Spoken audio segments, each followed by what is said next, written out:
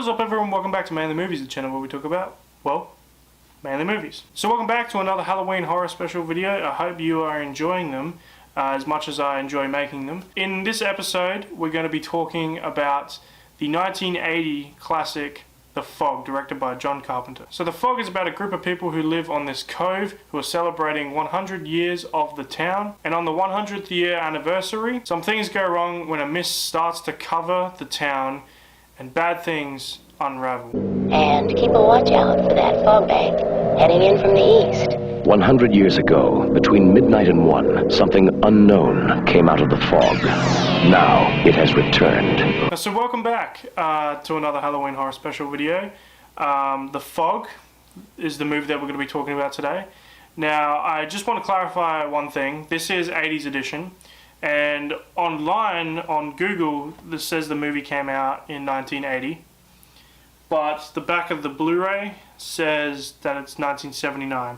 But I'm just going to say it's 1980. You can argue in the comments whether it's 1979 or 1980, but I'm going to say 1980 because it actually kind of does feel more 80s than 70s. But anyway, The Fog was a movie that I actually hadn't seen. It was a movie that I had been wanting to see because I'm a fan of John Carpenter's work, or most of his work, like The Thing or Halloween. And so I wanted to watch it. I actually have 2 copies of this movie. I have the 4K and I have the regular Blu-ray, which technically is 3 copies because that comes with a Blu-ray as well. So I was destined to see it at some point. I had 3 copies sitting there, so I had to watch it. And so I thought I'd watch it for the Halloween horror special, which I thought it was from the 80s. It might be from 1979. Doesn't really matter, but let's just say it's from the 80s. This was a movie that I actually did enjoy. It's not as, I would say, exciting as most Carpenter films. Nothing really actually happens until the 40-minute mark of this film, which doesn't really bother me too much. I do like them setting up this town and the whole cove and the 100-year anniversary and just all these different characters that are you know, connected as well. I do like that. I like that kind of. There's a bit of a mystery as well in the first half, which I do like. Once things start going and it hits that 40-minute mark, it becomes a really good just horror film. But my favorite part of this movie though is actually more so in the first act, is the atmosphere. We have this one lady who is a radio host for what she says is the witching hour, which is like 6 to midnight or something like that.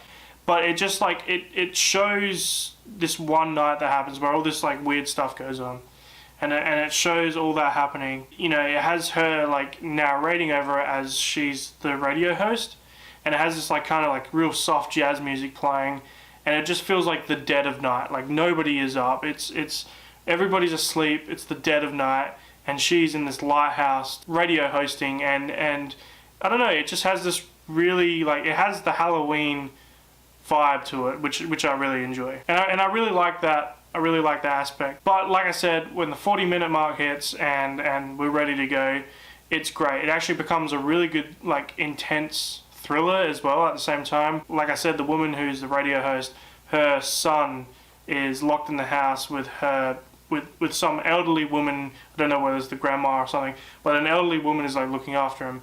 And as they realize the mist is coming, they know that the fog. When the fog is coming, they know that there's danger. So she's using the radio like to call police to get to the house. And it's just this really good like ticking time bomb sort of thing with the kid. But then that doesn't really go on too long because I guess you could say sort of the main character. But I think the radio hostess is like more the main character.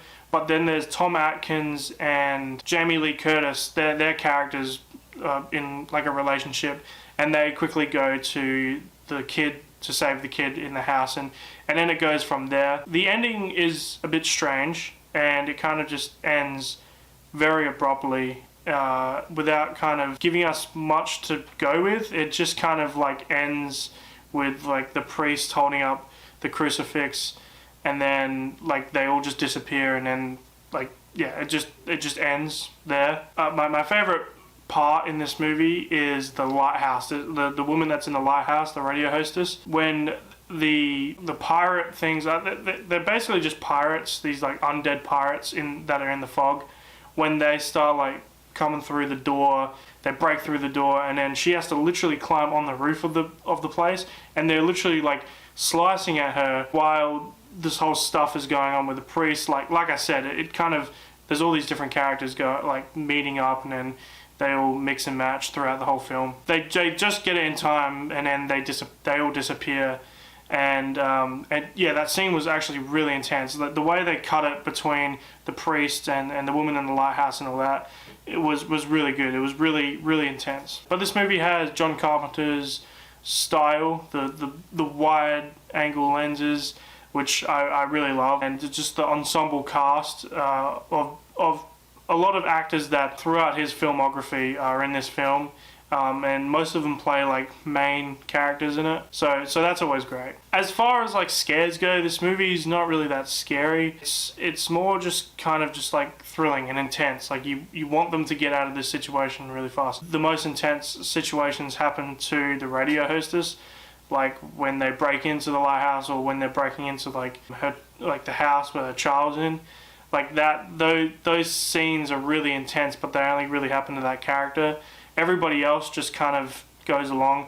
I do think the whole priest subplot with him finding the book in the church is just kind of like, it's just meh. It's just some bullshit story stuff that they put in there to like explain these pirate things. I think if they actually left the pirate thing, if it was just like the fog hit and then there was just these pirate things, like that would be great. Like if you don't need to be so, like, you don't need to ham-fist it to us. If you just said it's the 100-year anniversary and they're celebrating this 100-year anniversary, and then the fog comes and all these pirates, I think people can put two and two together and realize that 100 years ago something happened with these pirates and now they're coming back. Like, that's all you need. You don't need some priest explaining it to you.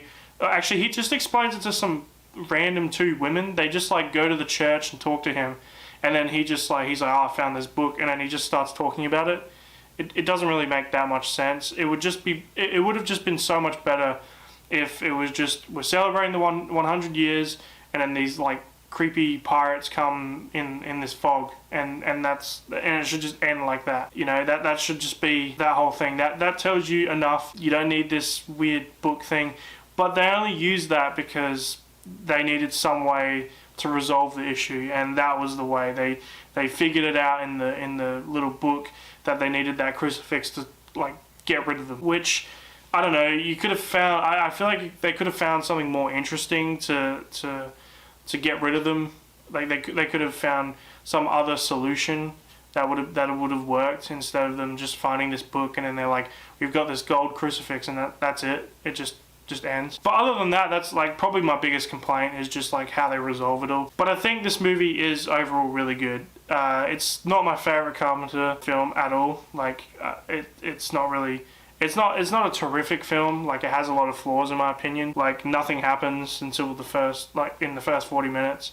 Well, not much happens. They just set up characters, which is fine, but you know, and then when that 40-minute mark happens, there's a few intense sequences in there, but then it just gets resolved in a very stupid way. So, but The Fog is a horror movie, and it wasn't really that scary, but it was a good watch for Halloween. I don't really recommend it that much unless you're like a true John Carpenter fan, then watch it. Or if you're a true Jamie Lee Curtis fan, definitely watch it then. But that's all I can really say. It's nothing too special. You're not missing out on much. I watched it and I was like, cool, I finished watching that. I'm going to talk about it. It's just a very kind of mediocre horror film. Nothing too crazy, but it is kind of fun. Maybe watch it while having a few drinks. Might watch it next Halloween, I'm not sure. But anyway, that was John Carpenter's The Fog. I don't know if I would recommend it, unless you're a John Carpenter fan, or a fan of any of the actors that are in the film, or whatever. But if you're a true horror fan, you might like it. There's probably people who love this film, and that's okay. That is okay. That's your opinion. But anyway, thank you guys for watching. If you enjoyed the video, please leave a like and subscribe, and I hope to see you guys in the next video. So stay tuned. I'll see you guys next time. Bye.